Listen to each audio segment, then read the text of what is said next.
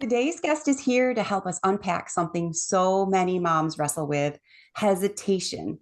We're talking about the hidden cost of waiting, second guessing, and playing it safe. Our episode is titled The High Cost of Hesitation: How Inaction is Holding Moms Back. And we're going to dive into all of it with none other than Khiara Cureton. Khiara is an executive career and wealth coach who helps ambitious moms step into their leadership, boost their incomes, and build financial freedom without sacrificing their personal lives. She's the founder of AncHER Co., where she coaches women on career strategy, salary negotiation, and leadership development. With a background in operations leadership and corporate strategy, Khiara knows firsthand what it takes to move forward with confidence and what it costs when we don't. Her passion? Helping high achieving women stop playing small, start owning their ambition, and take up space in leadership and wealth building conversations. Let's jump into this powerful conversation and start turning hesitation into action. Hi, Khiara. Thanks so Hello, much for being here with hello. me. Thank you so much for having me. Very excited for this conversation today. Yes, me too. I am guilty of hesitation. I actually just put Yeah. this temporary tattoo on my arm that says faith over fear, Mhm. because fear is what makes me hesitate a lot. But what I'd like to start our conversation with is by identifying the patterns. There's a lot, I'm sure, that goes into this. What are the most common ways hesitation shows up for moms in their careers and finances? Help me understand, help all of our listeners understand, what does hesitation actually look like in life for working moms? Sure. So lots of many examples here, but the most common ones that I see when I work with my clients are, for example, not negotiating a salary or a raise, right? So the pattern is, thinking, oh, I should be so grateful for what I have and accepting the very first offer, or just even skipping the conversation altogether, right? And so an example could be, you get back from maternity leave and your salary stays the same, although your workload has increased, right? So you're hesitating to have the conversation, you're fearful to have the conversation. And again, it's that framing of, I don't want to seem ungrateful. I'm just grateful to have a job. I'll prove myself. While I can almost promise you that your male colleagues are definitely having that conversation, right? That Sure. hard conversation. Mhm. So that's just one example. Um, Another one is delaying career transition. So waiting for the right time, right? When the kids are older, I'll focus on me, whether I'm hesitating to apply for that promotion or switch industries or start a business. And that thought is, my family needs the stability right now, which that's true, but you can't pour from an empty cup. So you need to be fulfilled as well in what you're doing and not delaying everything based on everyone around you other than yourself. Oh my gosh, those definitely touch home for me, especially holding back from starting something new. My kids were a little bit older when we started the business, Christy and I Okay. together, and I needed the push from a partner for sure to Mhm. get over that hesitation and just have that push forward. So I relate to that a lot. And in there was mindset shifts Mhm. that, The hardest part. yeah, I needed to make in order for me to overcome that hesitation.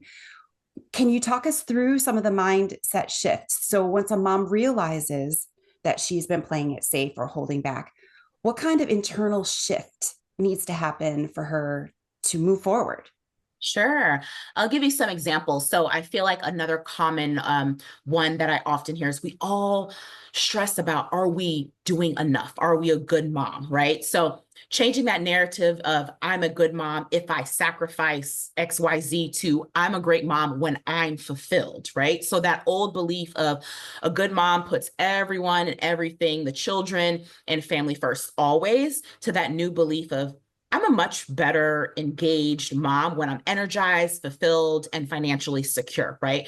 So that mindset shift, I mean, listen, motherhood, as we both know, I truly say it's a mirror, right? So that doesn't mean abandoning your dreams, kind of as if you were talking to your child. Like you wouldn't tell your child to abandon their dreams, their desires, and so forth. It really just means designing a life where all of that is in alignment and all of that can coexist: family, career, financial health, and so forth. So that's one that I hear quite often. Another one is I need to be perfect, right? So I need to be perfect and transitioning that to, progress beats perfection. Much easier said than done. This is one that I'm still working on myself, but, I have to have everything figured out before I take the next step, right? That's kind of our old belief versus, clarity comes through taking action, not overthinking, not having the perfect plans for everything. So that, in my opinion, when you take action, even small micro movements, that's what creates the confidence. That's what helps build that overall momentum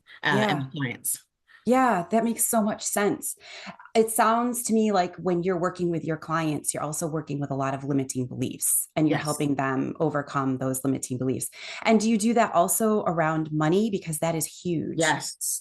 Yes. Actually, the first part of us working together and through our coaching is all about mindset. And I know a lot of times people are like, oh, that's woo woo. I'm fine. I'm fine.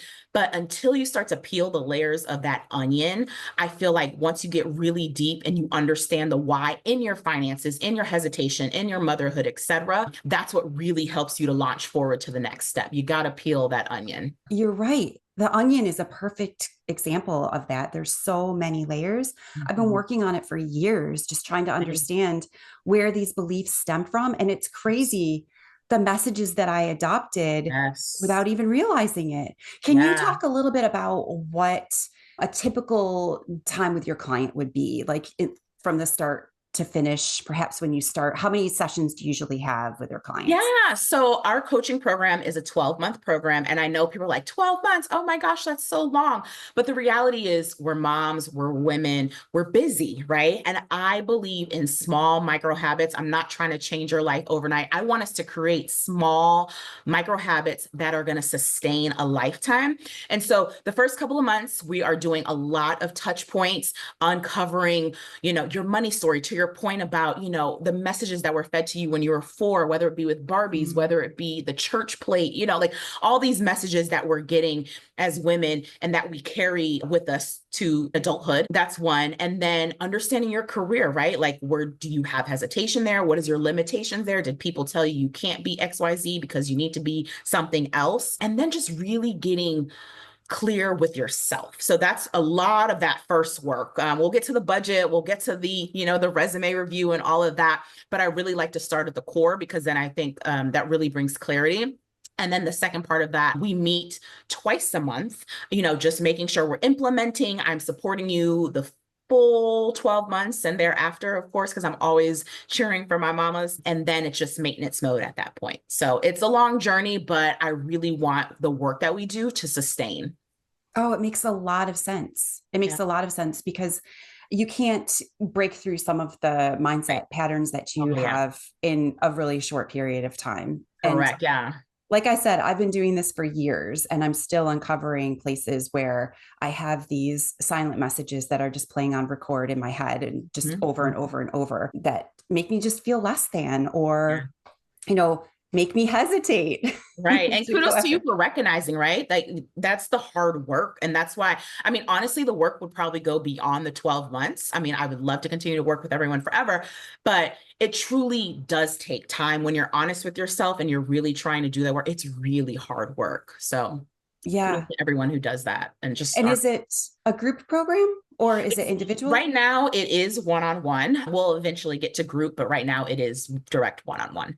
Gotcha. Oh, it sounds amazing. It sounds wonderful. And it's all part of your business called Anchor Co. And Yes. explain the Anchor, Ah, HER part. yes. So I had, I knew I wanted her in the word, but long story short, I decided to go think of a ship anchor, right? And what does a ship anchor do to a boat or to a ship? And so for me, it was just a play on words, but I really wanted women to feel grounded in themselves, in their career, and in their money. And plus, the anchor has kind of the three spokes, if you will. So it Uh-huh. just all made sense. It does. It's great. Yes, so I Plus, I couldn't mean, I might be partial because the her is perfect for her health collective as well. Yes, So it's a great exactly, blending exactly. of everything. Before I move on to my last question for you, I would love it if you could share something in your life that you've had to make a mindset shift. I mean, you're working with moms, you're helping them change their mindset. I'm sure you've had to tackle a bunch on your own. Yes, absolutely. And so what I've had to change a lot, financial, examples pop up for me. But one thing is more so in my motherhood and what does motherhood look like, right? Again, we were fed these messages when we were younger, Barbie and Ken, whatever that may have looked like in your Exactly. life, or just actual real life examples, right? And so for me, I've always been ambitious, right? And I think ambition kind of gets, some people love it, some people don't like it, and that's fine. But I always just strive to do more in my career, to be challenged. And I did not want that to be diminished when I became a mother. But I was like, oh, am I going to be a good mother if I'm not, doing XYZ? And so for me, I had to get comfortable with saying, this is what I want my motherhood to look like. This is how I want to show up in motherhood for my son, but this is also how I want to show up in my career. And so it's a daily, and business too, right? So it's a daily conversation I have with myself. It's like those 10 minutes of mindless scrolling on Instagram or 10 minutes of screen free time where I'm literally turning over my phone so I can't see any notifications popping up and playing with my son for those direct, 10 to 15 minutes. And I'm looking him in his eyes and so forth. So that is one of the biggest daily shifts. He's 4 years old right now. So still needs a lot of love and attention and still wants it from me. But just that notion of what does being a good mother look like for Khiara? Oh, that's wonderful. I love it. And when you said still likes the cuddles, I mean, I have a 12 and 15-year-old and they still like the cuddles. So That's cross my awesome. fingers that Yes. yours still Yes. embraces That's good. that. I haven't heard it go that far, but I'm glad. Yeah. Yeah. Well, this has been wonderful. I have really enjoyed my time talking to you, and all of the pointers and the feedback that you've given have just been really helpful. So thank you, Khiara, so much for this time. Thank you so much for having me.